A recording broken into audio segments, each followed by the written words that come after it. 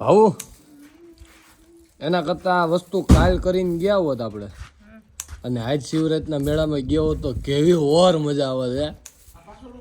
ઓર કોઈ મજા નહીં આતા. તો આગળનો દરવાજામાં ખોલો. હે તો કેવી મજા આવે? કાઈ નહીં, કાલે આપણે કેટલા ફ્રેન્ડ્સ ને મળ્યા તો એ બધે મિત્રોને આપણે ન મળી શકત ને. હા પણ આજ ન મળે, આજ વધારે ન મળે.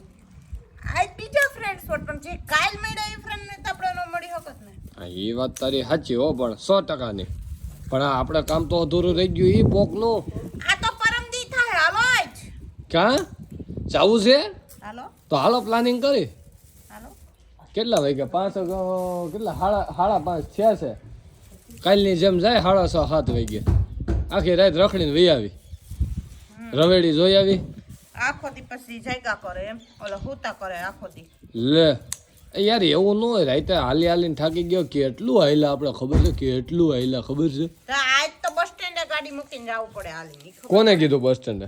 તો ઈ ના ના, બસ સ્ટેન્ડે ન મૂકવી પડે આજ. તો આજ તો મૂકવી પડે કાળવા ચોકમાં. ઈ ક્યાં આવ્યો? એ ભૂતનાથની આગળ આવે. જુનાગઢમાં આવે? ના ના, તો ગિરનારમાં આવે.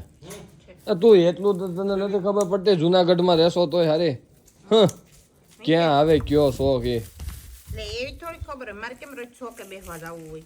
એ તો મારે બેહવા જવાનું નહીં. મારો જિલ્લો તો આ છે ને, મારો જિલ્લો તો હોય રાજકોટ. પણ હું તોય ગર્વ કરું. જુનાગઢ ગરવો ગઢ ગિરનાર. અહીં તો કરવો જ પડે ને, કેમ કે તમારો એ જિલ્લામાં જન્મ નથી એટલે કરવો પડે. અમારો તો ખુદનો જિલ્લો છે. હા એવું છે. વાહ લ્યો, તો તમે શું કર્યું અત્યાર લગીન ઈ કાંઈ કયો કર્યું નહીં. તો? એટલે અમે કઈ હું અહીંયા જુનાગઢમાં રખડવા જતા હોય રોજ રોજ. તમને ખબર હોય કયો શોખ ક્યાં આવે ઈ. લે એક દિન સમયમાં મેં ગાંધી ચોક થી બસ સ્ટેન્ડ સુધીના 20 રૂપિયા એક રિક્ષા વાળાને આપેલા છે. મને ખબર નહોતી સર્કલ ફરવું એટલે સીધું બસ સ્ટેન્ડ આવે. તઈ હું હવે તમને ખબર ન હોય. તમારે જુનાગઢ જવાય જ ને, તમારે હાલીને વયું જવાય.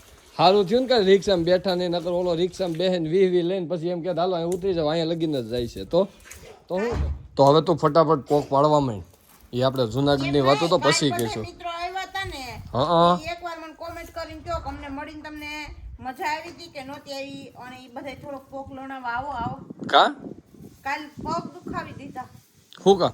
દાંત કટવી હજી મોઢું દુખે. શેના દાંત કેટવા હતા તને? ફોટો પડવાનો સ્મેલ તો મારે આપવી પડે ને. ફોટો પાડી હજી આ ગાલ દુખે. પણ એ બધા એના ફોટા આવે, આપણે પાછા રિટર્ન મગાવવા છે. તો હવે કઈ રીતે મગાવીશું એ કે? ઈ આ વિડિયો ને કોમેન્ટમાં નાખી દે એટલે હું એમાં લઈ લઈને પછી બધાને આપણા આઈડીમાં ચડાવી દઉં બધે. હું વાત કરે છે તું? એ બધાના ફોટા તું તારા આઈડીમાં ચડાવીશ? હા, એક હારે ભેગા થઈ જઈને બધા એમાં કોમેન્ટમાં નાખી દે.